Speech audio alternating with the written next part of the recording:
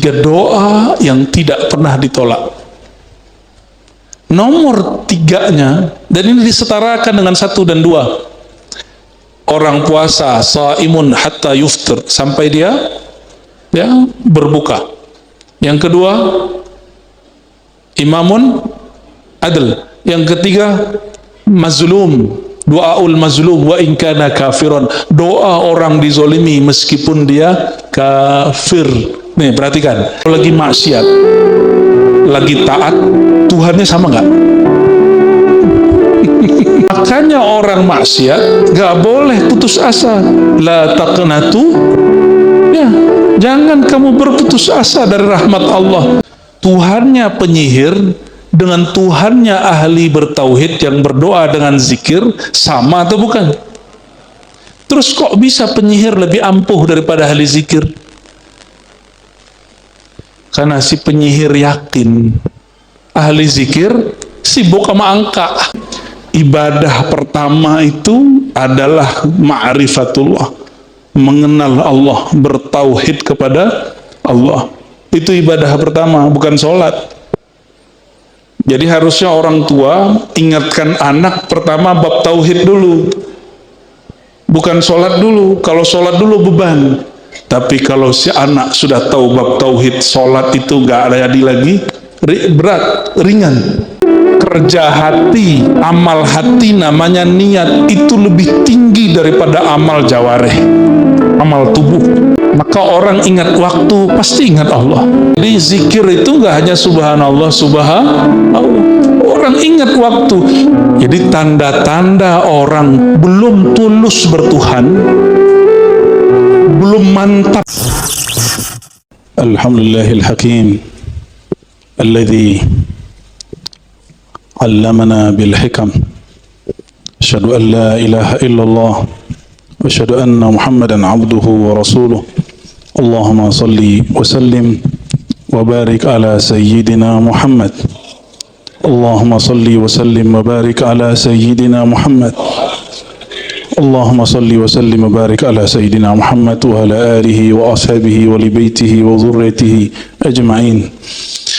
أما بعد اللهم أخرجنا من ظلمات الوهم والجهل إلى المعرفة والعلم ومن البغض إلى الحب ومن التفرق إلى الوحدة آمين يا رب العالمين.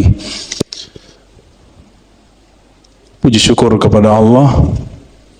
Alhamdulillah kita masih dibersamakan dengan para ulama, para ahli zikir, para fuqaha, orang-orang yang bersanad kepada baginda Nabi Muhammad SAW. Agama tanpa sanad sama dengan orang ngaku dokter tapi nggak pernah kuliah, sama dengan ngaku dokter tapi nggak pernah kuliah kedokteran, cuma nulis aja namanya dokter, ya. Dan sanad itu garansi kita, dan itu adalah khususiyah hadil ummah, kekhususan umat ini. Maka kita syukuri kehadiran beliau-beliau yang saya hormati semua, para kiai, para masyayikh, para habaib, para mursyid, para khalifah-khalifah thariqah, para muqaddam, para pemimpin-pemimpin majlis yang tidak mungkin kami sebutkan satu persatu. Katanya tadi ada sahabat saya Kiai Ramli ini. Oh iya, beliau ya. Masya Allah, dulu kurus sekarang berjaya. Alhamdulillah ya. Dulu belum putih. Barakallah Kiai ya. Masya Allah. Kami dulu ngaji kepada Syekh Hasan Hitu ya. Ada dulu Syekh Hasan Hitu dari Suriah, masih hidup. Beliau buat sekolah tinggi agama Islam Asy-Syafi'i di Cianjur. Saya enggak, dibuat di Jakarta, dibuatnya di Cianjur. Itu yang ngajar rata-rata orang Suriah. Mereka Syafi'i, Asy'ari, bertasawuf. Ya, sayang adanya di Cianjur. Kalau di Jakarta, ramenya bukan main itu. Ya. Baik. Di depan saya ada kitab favoritnya antum semua ini, kitab Al-Hikam. Ya.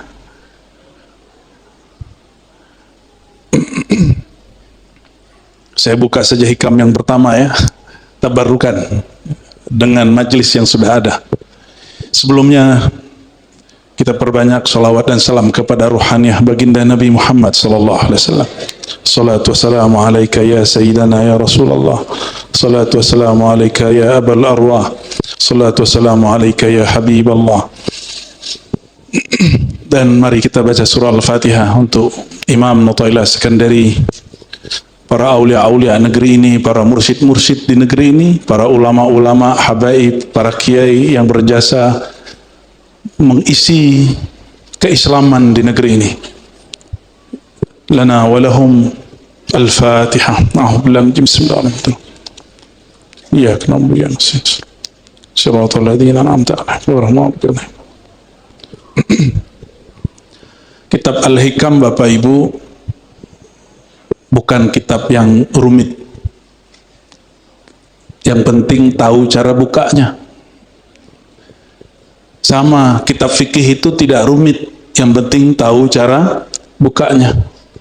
Sama juga kitab hadis tidaklah rumit, yang penting tahu tekniknya. Saya diprotes banyak, kiai, kenapa kamu buka hikam? Itu kan rumit. Yang ngomong ahli fikih. Saya bilang, bagi saya kitab fikih yang rumit, kiai. Kenapa? Dari kecil saya ngaji hikam. Baru kuliah saya ngaji kitab fikih berat seperti Al-Ashbah wa Nazair, ya. Kita tes dulu, ya. Tes. Sahih gak?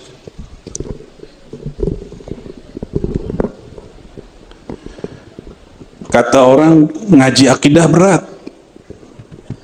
Berat kalau nggak tahu cara bukanya. Dulu ada Abah Anom di Suryalaya, salah satu muridnya buka ilmu tasawuf di TV, diprotes oleh temannya, diadukan si murid kepada guru. Oh, ternyata dari dulu sudah biasa murid itu cemburu sama murid yang lain. Diadukanlah si murid kepada guru. Ternyata di kitab-kitab kita baca sama, si murid diadukan oleh murid yang lain, diadu. Kalau gurunya bukan wali Allah, itu gurunya kena kesusupan, kena was-was minal jinnati wan nas. Hati-hati. Jadi guru itu nggak mudah juga. Apa kata beliau? Kalau yang buka ahlinya nggak apa-apa. Maksud beliau, kalau yang buka ente baru masalah. Tapi kalau yang buka ahlinya nggak ada masalah. Imam Bukhari diadu dengan gurunya namanya Muhammad Az-Zuhli di kota Naisapur. Tengkar jadinya. Tapi beliau kemudian menghindar terakhir. Ya, itu terjadi. Jadi guru murid kemudian diadu orang kena. Tapi Imam Bukharinya mengalah. Makanya Bapak Ibu, saudara-saudariku tidak begitu kenal dengan nama Zuhli. Betul nggak? Kenalnya lebih kepada Al-Imam Al-Bukhari. Maka Allah sayang kepada orang yang ngalah. Ya. Baik. Jadi kalau ada orang ngajar satu kitab lalu berhenti karena dikatakan begitu, itu tanda, mohon maaf, dia belum bermakom di situ. Dia ngikut selera orang, bukan orang harus ikut selera dia. Guru kalau begitu, dia tidak akan tahan mengajar. Nabi Muhammad kalau begitu mengikuti selera masyarakat yang tadi aja, ngikutin selera masyarakat, maka beliau akan berhenti berdakwah. Ya.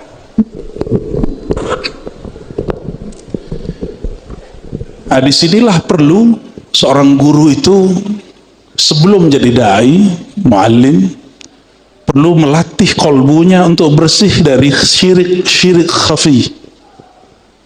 Syirik khafi itu lebih dahsyat dari riya yang kita bayangkan. Riya itu ru'yatul amal, kata Imam Ghazali, melihat diri beramal. Lebih dari itu. Riya itu kalau yang standar hubbul madah, yang paling menakutkan bagi orang bukan itu. Senang dipuji itu biasa. Kalau riya senang dipuji rata-rata kita lolos. Tapi kalau riya yang kedua, khaufus syatam, takut dicaci, takut ada orang unlike, tidak suka, takut dibully, baru kena di situ, ketahuan nih syiriknya adakah di dalam. Saya yakin para kiai, para muallim, para ustadz, para jamaah pernah melakukan sesuatu, terus apa kata orang, kamu nggak khawatir nanti diserang fulan, kamu nggak khawatir nanti dikritik fulan. Jika itu bikin goyah, itu di kolbunya masih ada selain Allah. Hati-hati, ya. Latihan tauhid lagi kepada ahlinya.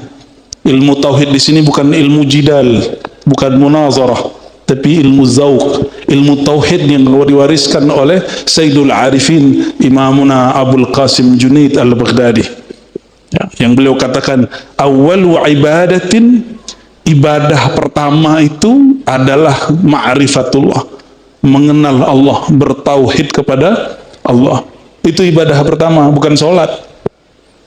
Jadi harusnya orang tua ingatkan anak pertama bab tauhid dulu, bukan sholat dulu. Kalau sholat dulu beban, tapi kalau si anak sudah tahu bab tauhid, sholat itu gak ada lagi berat, ringan.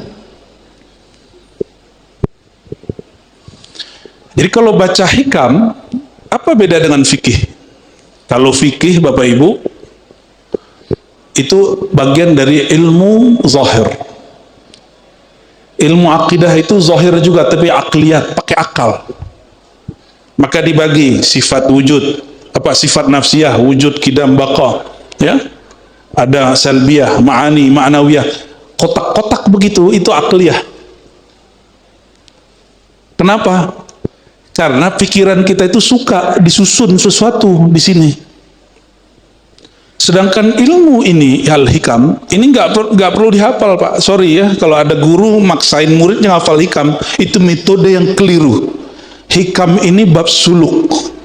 Murid suluk dia langsung hafal ini isinya, nggak usah dia kemudian persiapan ngajar.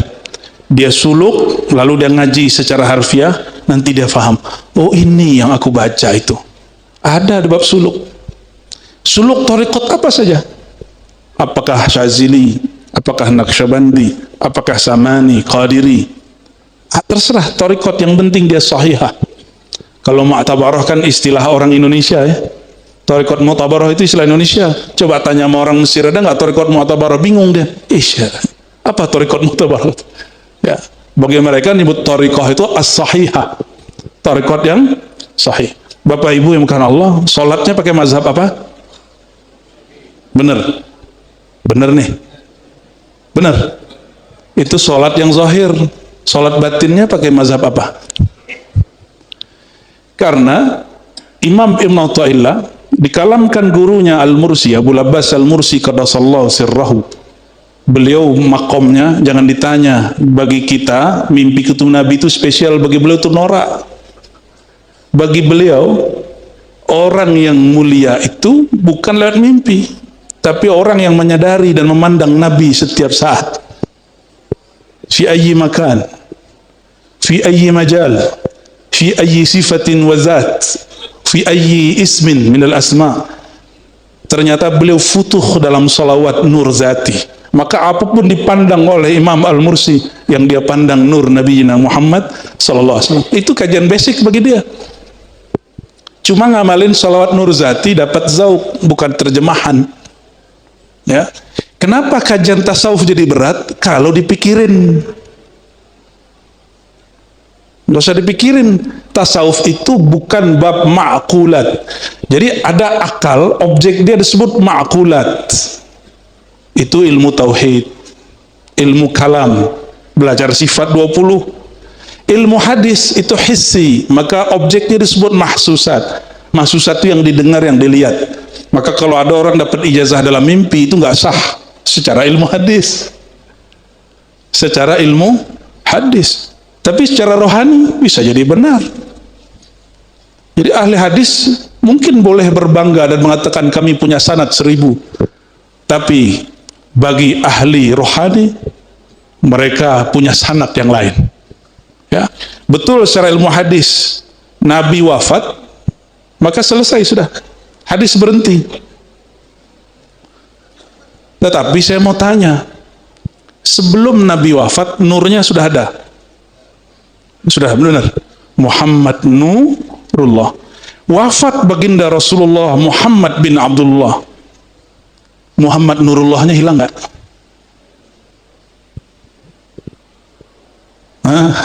Gimana? Sayyidina Muhammad bin Abdullah itu tanazzul namanya.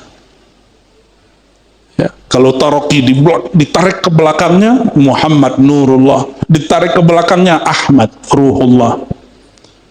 Itu kalau ditarik-tarik ke belakangnya. Dia juga. Ketika meninggal Sayyidina Muhammad bin Abdullah, Muhammad Ruhullah, Muhammad Nurullahnya masih ada nggak? Dulu belum ada Sayyidina Muhammad sallallahu alaihi wasallam. Nabi Adam bertawassul dengan Nabi Muhammad sallallahu alaihi wasallam. Itu tawassul dengan siapa? Muhammad Nurullah. Nurnya. Karena fisiknya belum ada. Ya, fisiknya belum ada.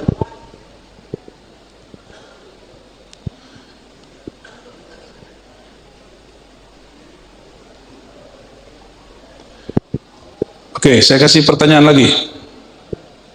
Ini berat nggak dari tadi? Bisa ngikuti? Ya, biasanya yang nggak nerima itu Ustadz. Ya, ini kok kajian berat nih kok dibuka. Berat menurut Ustadz belum tentu menurut orang yang tasdik walaupun dia awam. Ya, belum tentu menurut orang yang awam. Penting dia tasdik.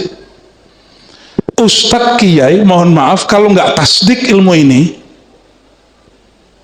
sulit terima. Walaupun sudah dapat ijazah thariqat 30. Kan ijazah wirid. Wirid, kalau wirid mah gampang Pak. Saya punya ijazahnya banyak. Tapi ilmu hakikat, ilmu kema'rifatan, itu jalan pintas kepada Allah Subhanahu wa ta'ala. Antum pilih duduk sama ulama atau wiridan 70.000, pilih. Pilih mana? Hah? Benar. Ya, itu ada di kitab ini. Bahkan duduk bersama ulama afdal daripada uzlah. Jangankan wirid, ente uzlah, tinggalkan dunia, itu lebih afdal duduk sama arif billah. Tapi ulamanya arif, bukan ulama yang merendahkan ilmu ma'rifatullah. Makanya al-isnad minad din itu penting, berguru itu penting. Karena kalau gurunya tukang ejek ilmu ma'rifat, nanti muridnya tukang ejek. Kalau gurunya suka merendahkan, apa itu? Nanti dia suka begitu juga. Jadi benar-benar hati-hati ya. Berguru itu mah hati-hati. Ya. Sekarang Muhammad Nurullahnya masih ada nggak? Bener, serius. Ya, terus kenapa antum harus minta mimpi ketemu Rasulullah? Ya, nggak perlu mimpi ketemu Rasulullah kalau sudah melihat secara hakikat. Orang yang masih minta mimpi itu orang awam. Mohon maaf. Orang mimpi itu, ilmu mimpi sudah dijelaskan oleh ahli neurologi, gelombang otak, ahli otak. Jadi otak itu bergelombang. Ya, kita nggak usah sebut dengan istilah kedokteran, pakai istilah ulama ahli zikir. Ala bidzikrillah tatmainnul qulub. Ketahuilah hanya dengan menyebut nama Allah kalbu jadi tenang. Coba tanya sama dokter atau pakar ilmu neurologi itu, orang tidur mimpi itu gelombang otaknya tenang atau bergerak kencang? Dia tenang. Rasulullah SAW itu gelombang otaknya tenang ketika beliau sedang sadar. Maka beliau melihat yang dilihat orang dalam mimpi. Ulama wali Allah, arif billah, itu gelombang otaknya sampai tenang padahal matanya melek. Makanya dia bisa lihat yang nggak dilihat oleh mata ini. Nggak perlu belajar ilmu aneh-aneh, cukup tenangkan kolbunya, maka nanti dia akan lihat yang nggak lihat oleh mata ini, tapi dilihat oleh basirah, dilihat oleh basirah. Maka orang yang bermimpi itu itu hanya buah di dalam jaganya, dia sudah jatuh cinta kepada Rasulullah SAW. Maka ketika dia tertidur, cinta itu bergerak. Bisalah dia melihat baginda Nabi Muhammad SAW. Tidak hanya baginda Nabi Muhammad SAW, arwah para nabi, arwah para aulia bisa ketemu. Makanya kakek gurunya Ibnu Athaillah namanya Abul Hasan Asy-Syadzili. Apa kata beliau? Saya berguru kepada Jibril tuh. Antum bisa percaya nggak beginian? Ada di kitab Lataiful Minan, kitab standar itu di tasawuf. Apa kata beliau? Aku ngaji kepada Jibril, ngaji kepada malaikat, ngaji kepada arwah-arwah, bahkan ar-ruh al-akbar. Saya awal baca kitab itu agak ngeri juga bacanya. Tapi setelah kita kemudian mengkomparasikan ilmu agama, ilmu kedokteran, kan ilmu ini sama dari Allah semua. Barulah kita faham. Ibnu Athaillah Sekandari ini kolbunya sangatlah tenang. Saya mau tanya Pak, ini pernah saya tanyakan kepada orang-orang di luar. Kitab ini ditulis sebelumnya di kolbu guru atau di kertas yang ada di lemari guru? Sebelum buku ditulis, ilmunya di mana? Di kertas yang lain atau di kolbu guru? Maka untuk memahami kitab Al-Hikam mesti pakai kolbu. Mesti pakai kolbu. Jadi ini ilmu kolbu. Jadi cara supaya memahami satu kitab itu mudah. Pahami dia dengan kuncinya. Jangankan ini, anggap ilmu itu rumah, ada pintunya. Kalau kita punya rumah 2 pintu, salah kunci kebuka nggak? Padahal masih satu rumah. Oke, saya ulangi. Punya rumah nggak? Oke, ada pintu di rumah. Bentuk pintunya sama, bentuk kuncinya mirip, cuma beda giginya sedikit. Bisa buka nggak? Ini dia ilmu. Ilmu apa saja. Antum mau bicara ilmu apa saja setelah ini boleh. Yang penting tahu cara bukanya. Mau bicara fikih, mau bicara filsafat. Katanya filsafat haram. Kalau haram filsafat, haram belajar matematika. Karena matematika itu ilmu yang muncul dari ilmu filsafat. Ini pada belajar matematika nggak? Ya, kayaknya nilainya 4 ini. Ya. Adakah ilmu di alam semesta tidak bersumber dari Allah? Ada nggak? Semua ilmu bersumber dari yang ada. Orang berilmunya tidak amanah. Nah, makanya ada orang gunakan zikirnya untuk bunuh orang. Santet, tapi islami kata dia. Santetnya soleh. Pakai hizib, ngeri kali. Itu ciri-ciri orang dapat istidraj. Apa kata dia? Kalau ada orang ganggu aneh pasti hancur. Nah, ada orang ngomong begitu? Ada orang ngomong begitu? Ente kena istidraj. Itu orang nggak punya kolbu. Belagu amat. Ada orang ganggu kita hancur dan dia bangga. Orang mau ganggu aneh mati, itu dia sebut dibangga. Apakah Rasulullah begitu? Enggak. Rasulullah SAW enggak begitu. Bapak Ibu yang bukan Allah, selama ini orang ngaji tasawuf, mohon maaf, identiknya wirid. Wirid itu hanya 1% dari tasawuf. Ijazahan itu cuma 0,0 sekian persen daripada tasawuf. Tasawuf itu ujungnya cuma 1. Anta abudallah ka'annaka tarah. Ya. Ta'buda itu terjemahan harfiahnya menyembah. Tapi kalau terjemahan Sayyidina Abdullah bin Abbas, anta'arifa, engkau mengenal Allah seakan-akan melihatnya.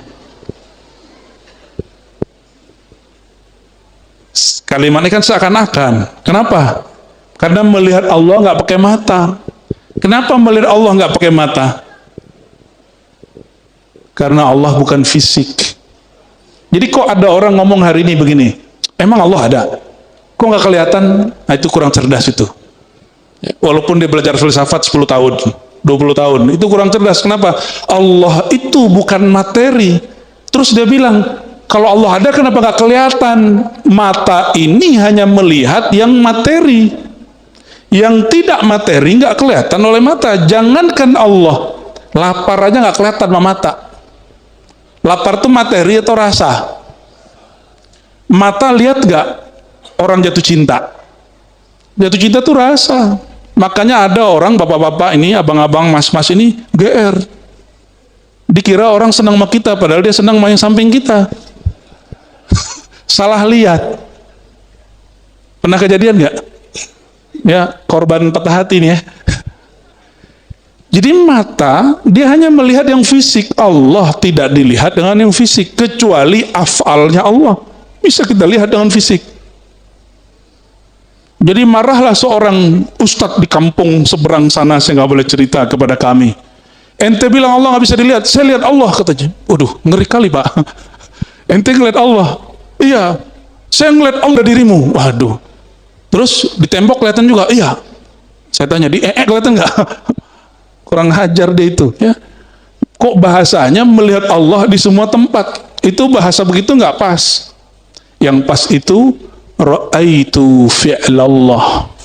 Aku lihat perbuatan Allah. Kalau perbuatan Allah kelihatan. Ini kelihatan nggak saya hari ini? Malam ini? Allah lagi ngapain? Allah malam ini ngapain? Malam ini nih ngapain Allah nih? Lagi dudukin saya di atas mimbar, terus bicara depan antum, ya itu salah satu perbuatan Allah. Yang terlihat perbuatan Allah, bukan Allah. Ngaji Ahlus Sunnahnya begitu. Kalau mata nggak bisa lihat. Maka ketika Imam Mursi mengatakan aku melihat Rasulullah di semua hal, itu yang dia lihat dengan kolbunya, yaitu melihat nur baginda Nabi Muhammad sallallahu alaihi wasallam. Ini langsung ngegas ya. Saya tahu di sini tempat orang wiridan Syaziliyah, maka saya langsung ngegas di sini. Ya. Mohon maaf kalau ada Pak Kiai kurang berkenan ya.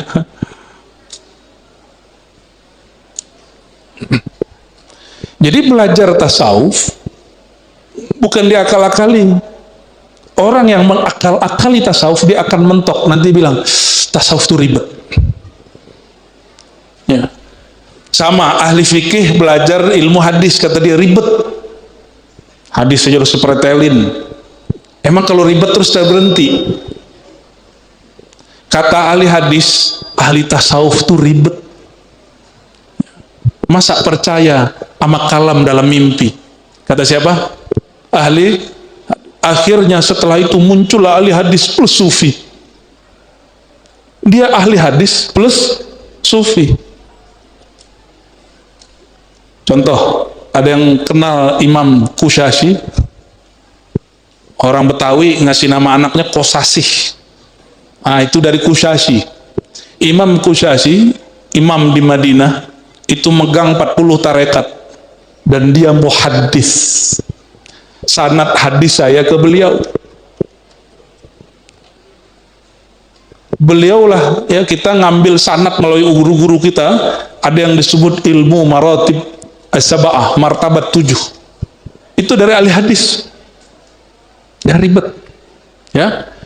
Maka Bapak Ibu yang bukan Allah, ilmu tasawuf itu tidaklah sulit kalau dibuka dengan kuncinya. Kuncinya ilmu tasawuf apa? Cuma 2 geriginya. At-tasdiq wa taslim. Apa kuncinya? Tasdiq, taslim. Tasdiq percaya, percaya itu di kolbu. Taslim dengan ruh. Ruh itu menyerahkan total kepada Allah Subhanahu wa ta'ala. Maka ilmu tasawuf bukan ilmu akal, bukan juga ilmu fisik. Ilmu tasawuf bukan bicara wiridannya berapa. Ya, wiridan itu masih belum, dia masih tarekat zahir. Ya, mohon maaf. Wiridan itu thariqah. Beda syekh, beda thariqah. Kalau tasawuf nggak berubah-ubah, thariqah boleh berubah. Boleh dicek. Syaziliyah yang di Mesir, Syaziliyah yang di kampungnya Imam Syazili, Syaziliyah yang di sini, beda nggak amalannya? Beda.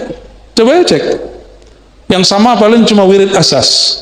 Astagfirullah 100, la ilaha illallah 100, sallallahu ala Muhammad 100, Lalu subhanallah, subhanallahazim, itu paling. Selebihnya ada perbedaan-perbedaan. Kenapa? Karena thariqah itu berubah, revisinya ada setiap masa. Di Mesir ada Syekh Ali Jum'ah, ada Syekh Yusri, itu gurunya sama, tapi kumpulan zikirnya ada yang nambahin, ada yang tidak. Di sini pakai hizib bahar nggak? Hizib bahar. Syekh Ali Jum'ah nambahkan, Allahumma sakhir lana asy-syamsa wal qamar kama sakhartahuma li sayyidina Muhammad. Ada nggak di hizib bahar kita? Nggak ada. Ditambahin oleh beliau. Jadi kalau wiridan itu akan berubah-ubah. Ya. Mohon maaf, thariqat Qadiriyah. Pasti ada yang orang Qadiriyah yang hadir. Qadiriyah yang saya kenal dulu nggak ada zikir 165, zikirnya cukup 11 atau kalau mau serius 100. Tapi Syekh Ahmad Khatib Sambas, beliau mengajarkan muridnya 165. Maka disebutlah Qadiriyah wan Naqsyabandiyah. Di tempat yang lain beda lagi. Nah itu jalan. Tapi kalau tasawuf nggak berubah. Bapak Ibu yang karena Allah, ini sering saya sampaikan. Ini yang paling mudah sebelum baca yang pertama. Kita ini sudah bertasawuf tanpa disadari. Contoh, kita bilang ke anak, nak yang ikhlas ya, jangan pamrih. Itu adanya di kitab fikih, akidah atau tasawuf? Di mana Pak? Tasawuf apa fikih? Ya, kita ngomong ke anak, nak, yang penting kamu jujur. Ayah tidak marah. Jujur itu ada di kitab mana? Tasawuf, fikih apa tauhid? Tasawuf. Benar. Oke. Kita ngomong ke orang ketika dapat musibah, isbir, kamu yang sabar ya. Sabar itu di kitab mana? Tasawuf. Berarti hari-hari kita sudah terus kenapa antum tidak mengkaji tasawuf kepada sumber aslinya? Itulah sebabnya saya agak khawatir ya, agak kecewa. Justru yang menjauhkan umat dari tasawuf itu ustadz-ustadz juga. Ya semoga ustadz yang hadir, kiai yang hadir tidak begitu. Ya, sepakat? Sepakat ya? Baik, kita masuk ke hikam nomor pertama. Bismillahirrahmanirrahim.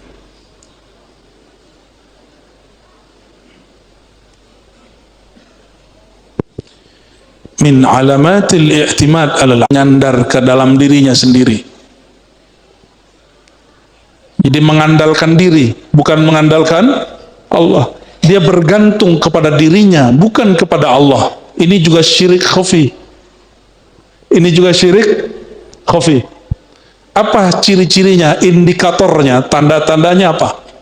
Nuqsanur raja, berkurangnya rasa harap kepada rahmat Allah, berkurangnya keyakinan, indah wujudiz zalal, ketika terjebak kepada kemaksiatan. Zalal di situ tergelincir pada maksiat. Ini contoh. Malam tadi tertidur tidak tahajud, subuhnya tidak pede berdoa. Oke, pernah ngalamin begitu? Itu tanda beramal kepada tahajud, bukan kepada Allah. Emang Tuhan saat tahajud dengan Tuhan saat kita nggak tahajud sama atau beda? Sama nggak? Beneran nih? Bener nih? Kalau lagi haji umroh, yakinnya apalagi depan multazam, yakin doanya dikabulkan. Tapi kalau lagi di Mampang, doanya nyangkut di pohon. Rasanya begitu. Kenapa? Begitulah Ustaz. Kalau saya lagi di Mekah, rasanya Allah dekat. Memang kalau di Mampang Allahnya lain. Allah di Masjid Al-Istiqmal, benar? Allah yang di Masjid Nabawi, Masjid Al-Haram sama atau beda? Benar. Serius. Terus kenapa Allahnya berubah-ubah? Allahnya yang dekat atau antum yang menjauh? Jangan-jangan. Yang ada, kalau antum di Mampang, suasana hatinya tidak fokus, sehingga terasa jauh. Kenapa? Amalnya sedikit, ya. Kalau lagi di Masjidil Haram, amalnya banyak. Saya mau tanya, mohon maaf, emang Allah akan melihat kedekatan seseorang melalui amal yang belum tentu diterima itu? Itu amal antum di sana juga belum tentu diterima, di sini juga belum tentu diterima, sama kok. Haji umroh, haji sekali seumur hidup wajibnya, umroh juga sama. Sedangkan sholat berapa kali sehari?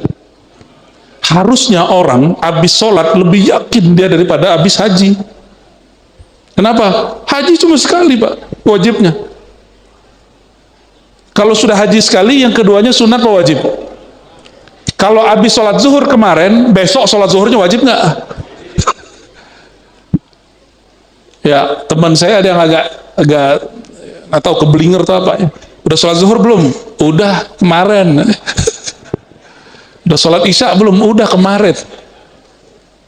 Kita serius, dia canda. Bapak saudara bukan Allah. Kenapa ada hadis begini? Salasu da'awat la turad. Ini hadis sahih. 3 doa yang tidak pernah ditolak. Nomor 3-nya, dan ini disetarakan dengan 1 dan 2. Orang puasa, shaimun hatta yuftir, sampai dia berbuka. Yang kedua, imamun adl. Yang ketiga, mazlum, doaul mazlum wa in kana kafiran, doa orang dizolimi meskipun dia kafir. Nih, perhatikan, orang kafir dizolimi, dia lupa kalau dia lagi kafir itu. Jadi ada orang ateis disiksa sama orang, apa dia? Semoga Tuhan menyiksamu kembali, padahal dia ateis. Lupa kalau dia ateis. Ada dosen kita di Ciputat dulu, ya, dosen dari dosen kita juga malah nggak percaya takdir, tapi nggak dapat rezeki anak, keceplosan, mungkin ini sudah takdirku. Ujung-ujungnya balik. Alam bawah sadar dia begitu.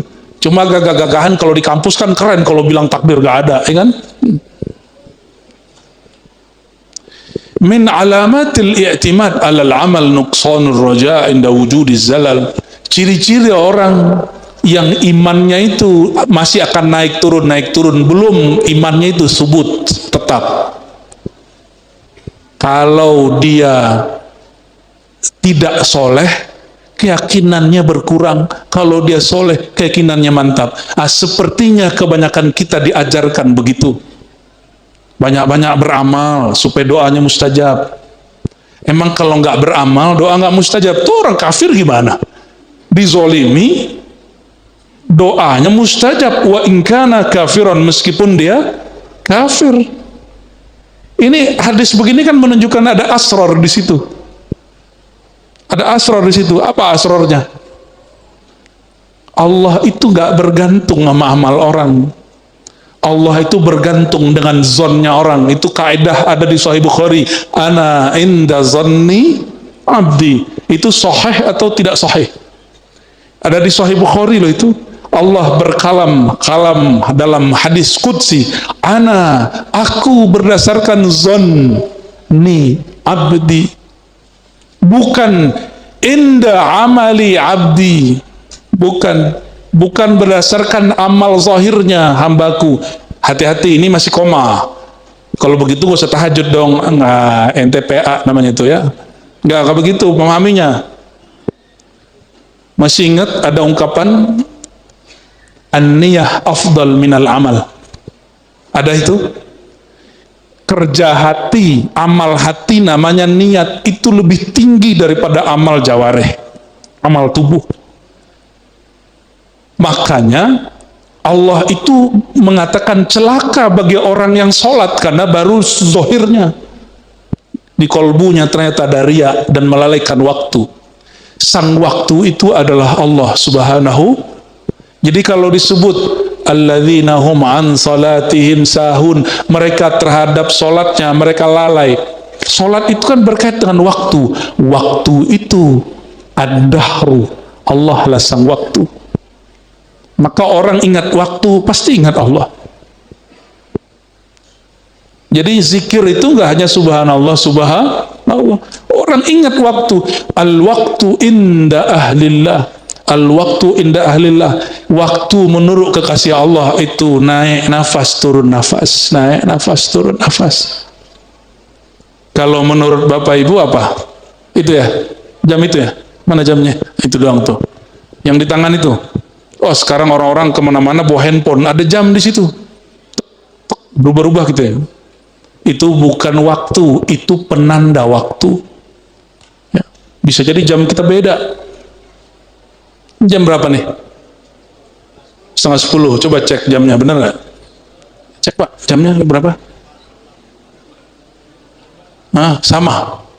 Beda tipis kan? Tuh. Waktu ngikutin jam ini atau ini ngikutin jam waktu yang sebenarnya? Sholat itu ketika ada jadwal imsakiyah atau sholat zuhur nih contoh, ketika matahari menyingsing, tergelincir. Yang mana? Sholat zuhur itu, ya udah yang paling gampang deh, berbuka puasa kalau sirine bunyi atau karena matahari terbenam. Mungkin nggak sirine bunyi jam 5? Oh, kejadian Pak. Kejadian di kampung saya, nggak tahu kalau di Mampang. Iya. Bener ya? Oke, kembali ke bab ini. Orang yang beramal dengan kolbunya, pasti badannya beramal. Dan mohon maaf, kita selama ini hanya diajarkan ilmu amal zahir. Ilmu amal kolbu jarang diajarkan. Makanya sering ngomong bertasawuf itu sulit. Akhirnya banyak orang ngomong begini sekarang, jujur nggak hidup loh, gitu kan? Hari gini jujur nggak hidup loh. Ada orang ngomong begitu sekarang. Karena kita tidak mengajarkan tasawuf dari basic. Karena ustadz-ustadz, mohon maaf para kiai, sering mengatakan tasawuf itu berat. Kalau bagi saya yang berat itu zikir 1000, tahajud, itu berat tuh. Tapi kalau jujur itu nggak berat. Ya. Selama ini yang antum bayarkan tasawuf wirid, ya kan? Bener. Itu belum ujung tasawuf. Itu baru jalan menuju tasawuf. Nah, orang udah rame tuh. Karena kalau dalam jalan ini nanti ada tour leadernya. Namanya mursyid. Mursyidnya meninggal tengah jalan, berebut menjadi sopir. Berebut jadi tour leader. Maka Imam Sya'rani mengatakan hati-hati terhadap bab kemursidan, bab pemimpin majlis, pemimpin zikir. Di situ nanti syaitan bisa masuk. Hati-hati, di situ ada egois, ada orang berebut di situ. Ya. Sudah banyak, dan itu bukan hanya terjadi di Indonesia, terjadi dari masa ke masa.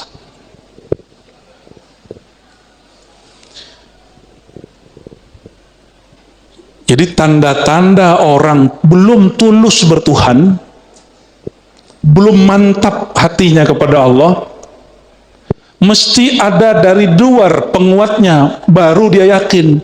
Bukan dari dalam, bukan dari kolbunya.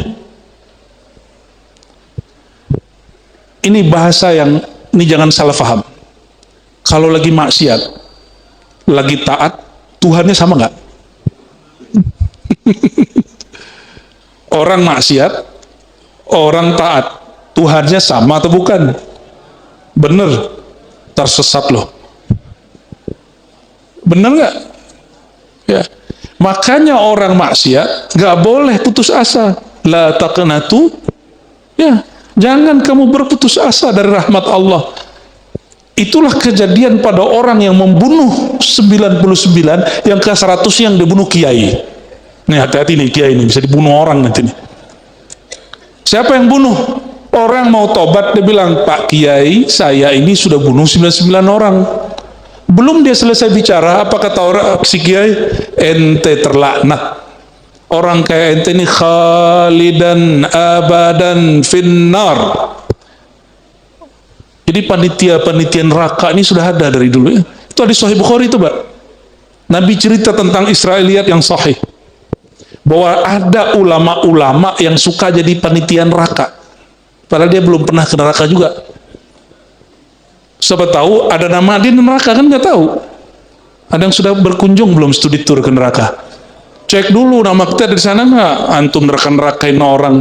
Kata Rasulullah SAW mengatakan, di surga ada namamu, di neraka ada namamu. Masalahnya nama yang di neraka sudah dihapus belum?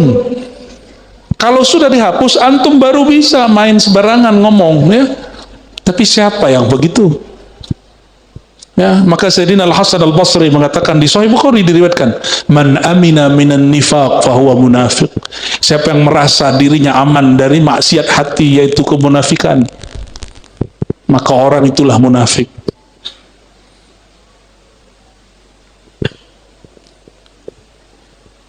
Oke, pertanyaannya diulang lagi ketiga kali nih. Tuhan saat maksiat, Tuhan saat taat sama atau bukan? Benar. Tuhannya penyihir dengan Tuhannya ahli bertauhid yang berdoa dengan zikir sama atau bukan? Terus kok bisa penyihir lebih ampuh daripada ahli zikir? Karena si penyihir yakin ahli zikir sibuk sama angka. Belum, kurang 3. Ijazah dari 2 ini harus sekian, kalau kurang nggak ampuh. Sibuk sama angka. Padahal angka itu cuma membantu frekuensi kolbu. Mungkin di angka sekian sama lisannya sejalan dengan kolbunya. Itu yang disebut dengan muwafaqah. Ya, baru dia nyambung. Jadi gimana? Orang ahli sihir, mantranya sihir, dengan wiridnya ahli zikir, Tuhannya sama nggak? Bener. Sekarang ada orang nggak berzikir, juga tidak bermantra dengan sihir. Tuhan dia masih sama nggak dengan yang berdua tadi? Sama. Tuhannya Nabi Muhammad SAW dengan Tuhannya Iblis sama nggak? Bener. Cuma mereka beda jalan. Tuhan Nabi Adam dengan Iblis sama. Bener sama. Kita cek di Quran. Di Quran, Nabi Adam berdoa, Rabbana zalamna. Orang pakai na, menunjukkan beliau ini merendah, gak egois. Ya Allah, kami salah. Padahal Nabi Adam yang jebak siapa? Iblis. Tapi kalau Iblis ngomong apa? Rabbi anzirni. Ya Allah, wahai Tuhanku, bukan Tuhan kami. Yang diminta oleh Iblis apa? Akal. Sampai kiamat. Nabi Adam menyalahkan dirinya, sedangkan Iblis tidak menyalahkan dirinya. Itu aja bedanya. Tuhannya sama. Tuhannya sama. Oke. Ini pertanyaan begini untuk merangsang yang terpendam, Pak, selama ini. Karena selama ini orang anggap ilmu ini berat, padahal ringan. Nabi Khidir. Ngapain Nabi Khidir? Waktu ketemu Nabi Musa, Nabi Khidir ngapain? Perahu dibolongin. Terus apa lagi? Anak dibunuh. Terus apa lagi? Ya? Ya. Oke. Apa 3 berarti ya? Oke. Ketika Nabi Khidir ditanya, jawaban dia apa?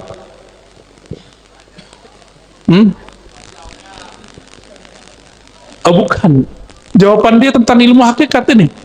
Wa ma fa'altuhu, gimana ayatnya?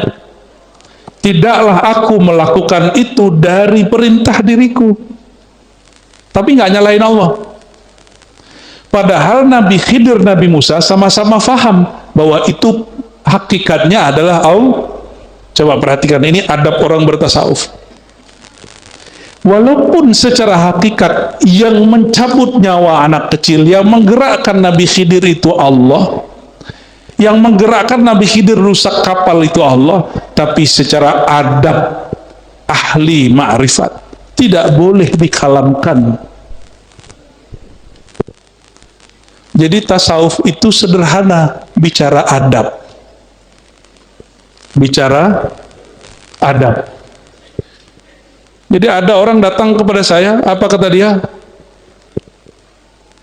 Kata dia nih Pak, Muhammad yang di Madinah itu sudah mati. Ngomongnya begitu. Muhammad yang di Madinah itu sudah mati. Sebanyak tuh orang nama Muhammad di Madinah, yang mana yang dimaksud tuh? Tapi Muhammad dalam diriku masih hidup. Nah, dia ingin bicara hakikat, tapi adabnya nggak dapat. Adabnya nggak dapat. Perlu nggak dia ngomong begitu? Muhammad Madinah itu mati. Seharusnya dia nggak ngomong begitu. Kalau ada Umar, digorok langsung sama Umar itu. Benar nggak?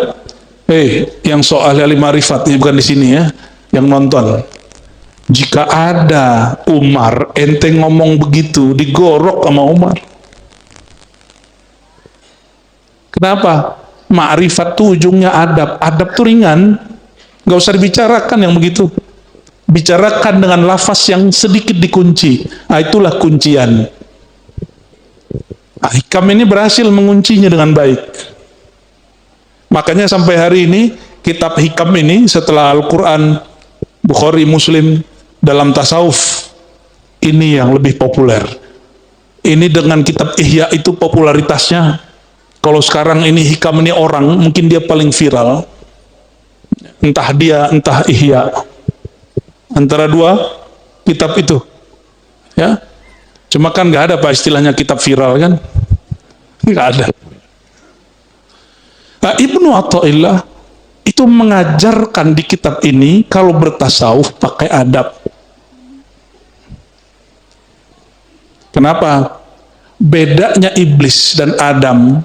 Sayyidina Adam alaihissalam Tuhannya Allah, iblis Tuhannya Allah. Iblis minta nggak beradab, Sayyidina Adam minta dengan adab. Itu aja bedanya. Sama-sama ngomong ma'rifat. Sama-sama ngomong ma'rifat.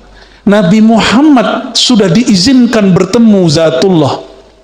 Tapi Sayyidina Muhammad tidak pernah mengatakan ana Allah. Disitulah Al-Hallaj kena. Meskipun secara ilmu hakikat Al-Hallaj itu benar, tapi secara adab Nabi Muhammad yang makomnya lebih tinggi dari Hallaj nggak pernah ngomong begitu. Makanya yang menyidang dia wali juga. Sama dengan Syekh Siti Jenar. Saya percaya dengan makom beliau.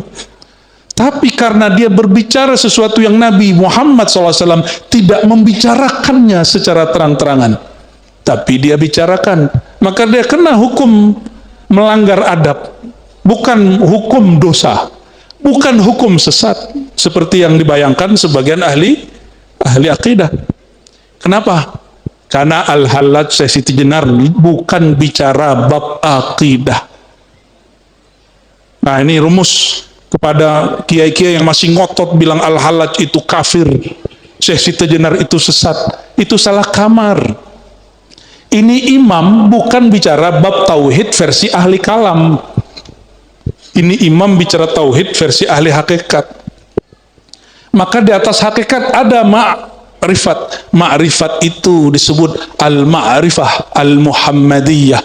Ma'rifat Sayyidina Muhammad. Ma'rifat abdun. Maka disebut dalam surat Al-Isra, Subhanalladzi asra bi abdihi. Abdun itu adalah puncak adabnya ahli ma'rifat. Meskipun beliau kalau lagi ahwal, lagi kerja bakti, mau perang, apa kata beliau? Ma khalallahu batila ala ma khalallahu batila. Sahih Muslim, Sahih Bukhari. Ketahuilah selain Allah batil sia-sia tiada. Nabi ditanya bab hakikat, ya, Nabi bersenandung dengan bab hakikat. Diambil kalam labid. Baik. Jadi Allah dulu sekarang sama nggak? Sebelum kita sholat, saat kita sholat, setelah kita sholat, Allah aja sama nggak? Bener. Sebelum kita doa, Saat kita doa, setelah kita doa, pengetahuan Allah bertambah apa berkurang? Atau sama aja? Saya ulangi, ini pertanyaannya agak panjang. Sebelum antum doa, lalu setelah berdoa, pengetahuan Allah tentang hajat antum bertambah atau sama?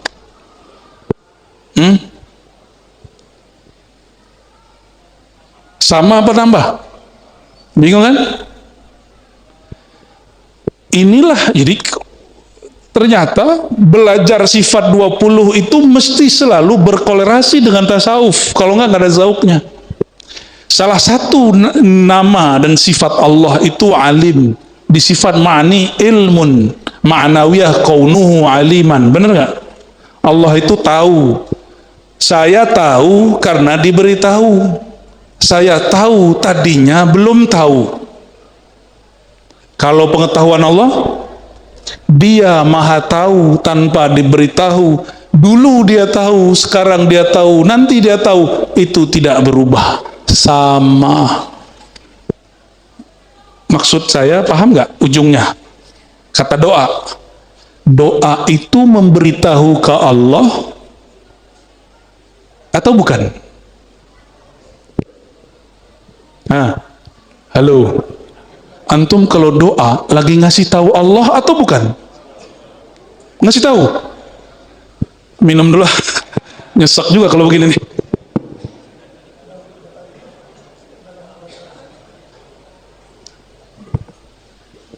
Kita kalau doa, aneh kalau doa, antum doa, itu memberitahu Allah atau bukan? Wah, mulai mikir nih, mulai loading nih. Saya ulangi, Allah maha tahu, sifat ma'ani, ilmun, ma'nawiyah, kaunuhu, aliman.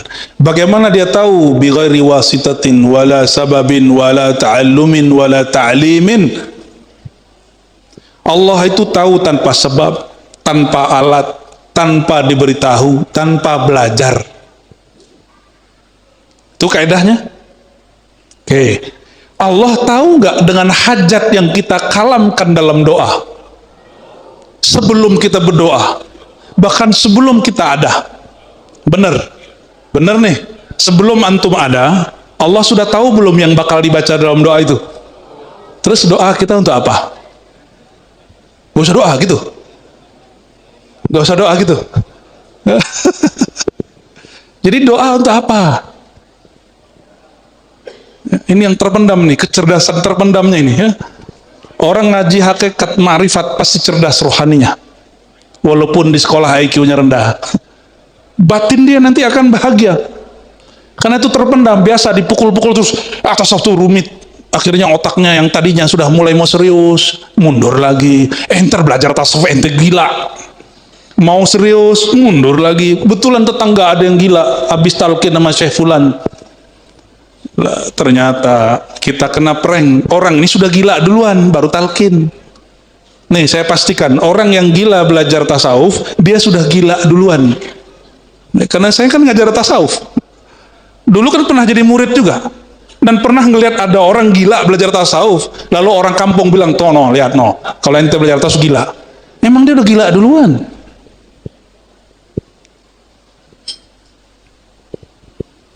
Oke. Kalau Allah pengetahuannya sama, dulu, sekarang, dan nanti sebelum kita ada, Allah sudah tahu apa yang mau kita kalamkan, yang mau kita minta. Terus doa itu apa?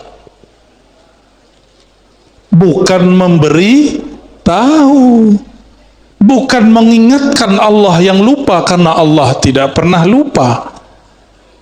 Ini kebanyakan orang awam berpikir Allah itu lupa dengan hajat dia, Allah itu lalai dengan dia. Makanya wajib belajar sifat 20 digabungkan dengan ilmu tasawuf, baru bernilai hafalan sifat 20-nya. Kalau enggak cuma ngapalin isi kitab, zauknya enggak ada, rasanya enggak ada. Oke, kita clearkan benar-benar. Antum doa sekarang untuk apa? Ngasih tahu Allah lagi. Kan Allah udah tahu, ngapain dikasih tahu? Apa tuh?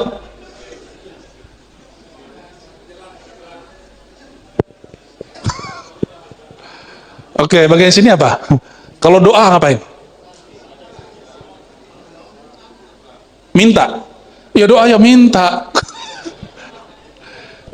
Meminta itu sifat apa?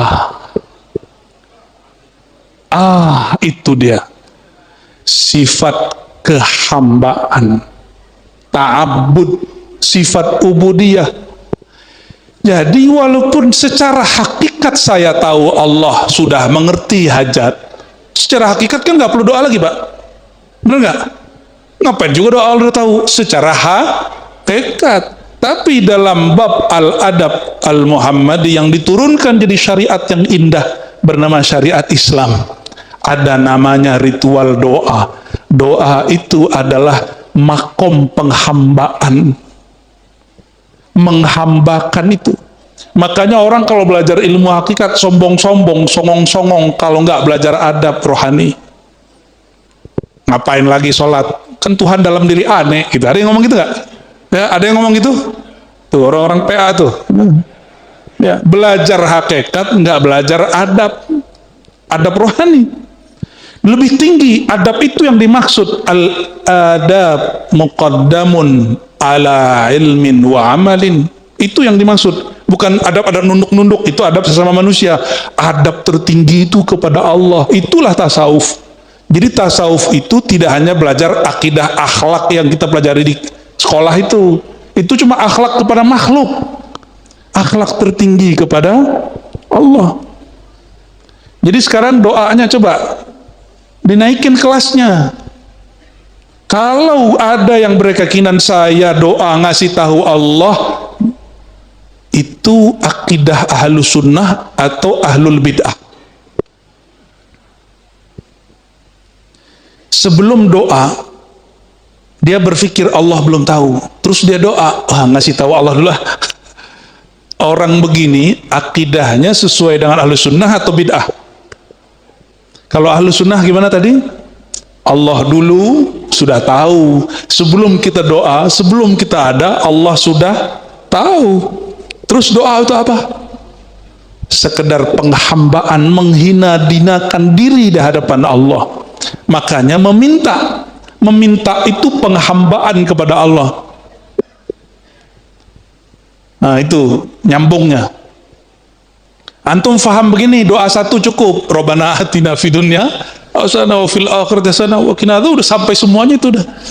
Cuma orang kalau faham bab begini, dia pakai dalam rohaninya, dia berdoa nggak pengen berhenti, justru tambah suka berdoa, baru terasa lezatnya meminta. Jadi kenapa sekarang kita kalau berdoa itu kayak maksa, rasa kayak dipaksain gitu. Apalagi doanya dapat ijazah dari guru, kata guru ini baca 3000 kali, dilihat bahasa Arabnya Masya Allah, tulisannya kayak ular. Ini ijazah dari kiai di Mampang nih ya, dibacanya berapa kali? 3000. Bentuknya kayak, jadi kita ini selama ini sering datang ke kiai yang diminta cuma wirid, itu beban Pak. Nah, di hikam yang sudah sering ngaji hikam, apa kata beliau? Syaikhuka man la yutaibuka. Gurumu bukan yang suka membebanimu, membuat kamu lelah dengan wirid riyadhah. Gurumu adalah orang yang membuat semua wirid, semua mujahadah, semua riyadhah menjadi mudah. Dia sama-sama zikir 1000. Bagi yang pemburu wirid jadi beban. Bagi orang yang sudah kenal ilmu hakikat dan adab, 1000 itu jadi asik. Zikirnya sama, tapi rasanya beda. Makanya kalau belajar di YouTube, dapat zikir 1000 ijazah online dengan ketemu kiai, lalu disebutkan rahasianya, itu 1000 yang dari YouTube itu rasanya berat, yang dari kiai rasanya ringan. Nah, itu energi orang ketemu. Bapak Ibu yang bukan Allah, saudara-saudariku, yang tadi itu berat atau biasa aja? Menurut saya sih biasa aja. Ini biasa, cuma jarang dibahas. Jarang dibahas toh. Padahal dia biasa aja. Dia cuma membahas sifat 20. Cuma membahas doa yang selama ini kita kerjakan hampir setiap hari. Ibu-ibu sukanya ngapain? Nazar, benar nggak? Dia kira nazar bisa merubah takdir. Itulah awam. Bapak Ibu, maka tauhid itu terbagi 3. Tauhid awam.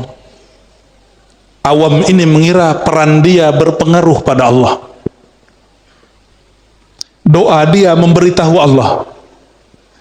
Doa di Mekah dengan doa di Mampang lebih cepat di Mekah. Padahal Tuhannya sama. Benar? Ya. Orang taat, orang maksiat. Kalau doa, kira-kira duluan mana sampainya? Lah sama-sama nyampe. Emang Allah jauh dari orang berdoa? Allah jauh nggak dari orang doa? Sejak kapan Allah jauh? Sejak kapan Allah jauh? Yang jauh itu si hamba merasa jauh. Allah pernah jauh nggak? Allah nggak pernah jauh. Ini jugalah perdebatan antara orang yang mengharamkan tawasul. Kata yang mengharamkan tawasul, Allah kan dekat. Betul Allah dekat, tapi ente sudah merasa dekat belum? Kalau belum merasa dekat, sebutlah nama orang yang dekat. Tapi bukan minta kepada dia. Itulah hakikat tawasul. Jadi di Inggris itu beberapa ada ulama perempuan, satu Wahabi, satu Ahlu Sunnah dari India dua-duanya, itu hijrah ke Inggris. Itu di live kan debat mereka. Apa kata si ulama perempuan Wahabi ini? Untuk apa kamu bertawasul?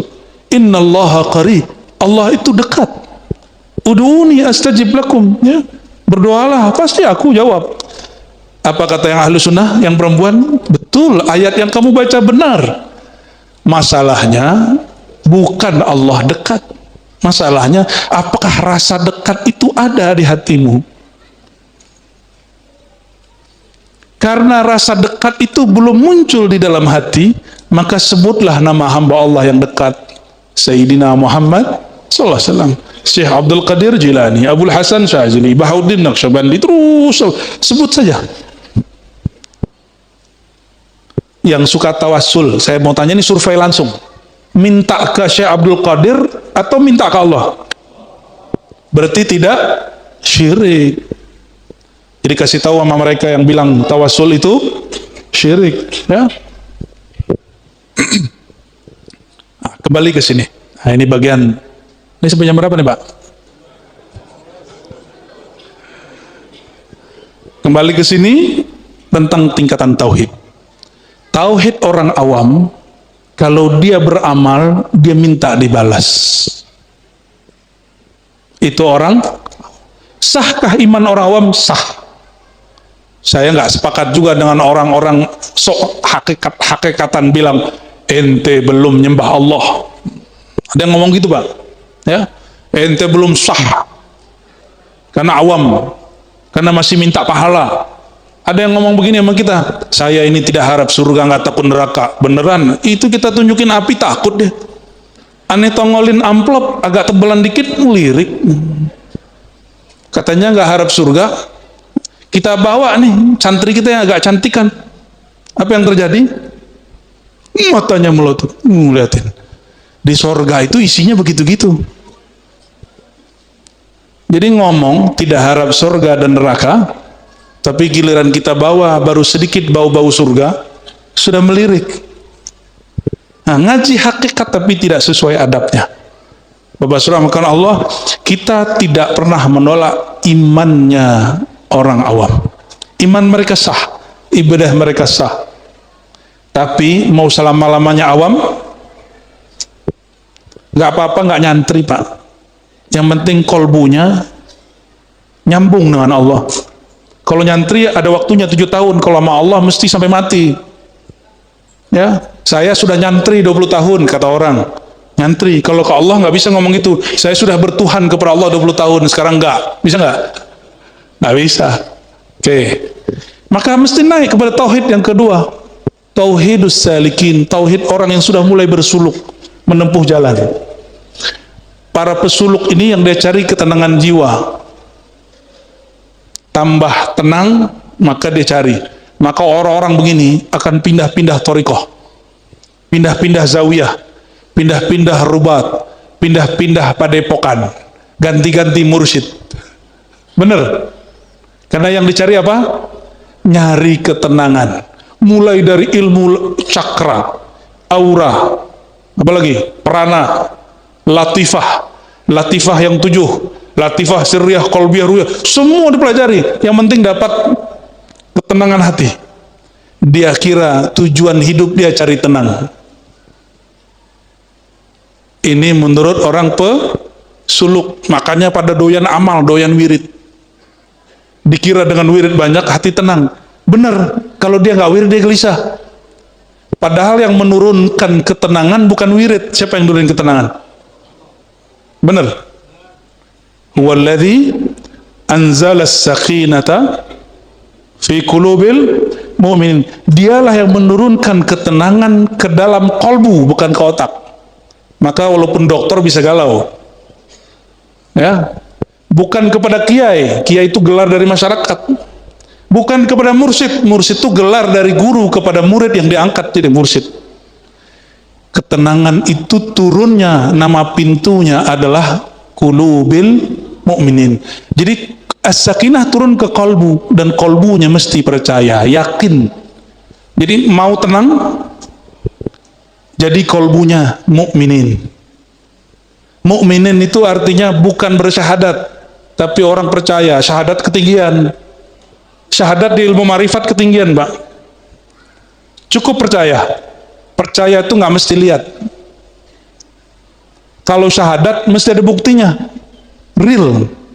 Maka syahadat, kajian syahadat agak berat. Tapi kalau iman gampang, ad-dinu yusrun, beragama itu mudah. Nah, syahadat yang ada dalam rukun Islam itu syahadat mengikuti orang yang percaya. Itu syahadat imaniyah, bukan syahadat musyahadah. Nah, ini bagian terakhir. Tenang itu Tuhan atau bukan? Bukan. Maka nggak usah cari ketenangan. Cukup kolbunya dijadikan mukmin, pasti turun ketenangan. Siapa yang turunin?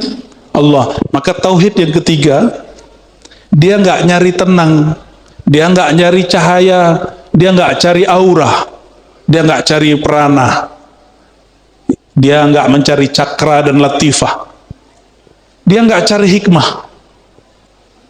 Apa yang dia cari? Ilahi anta maksudi. Yang tujuan dia yang nurunin sakinah, yang nurunin ya. Kenapa kalimatnya bukan nazzala tapi anzala? Oh, itu ada rahasianya. Kalau nazzala itu berproses dia sampai sekarang.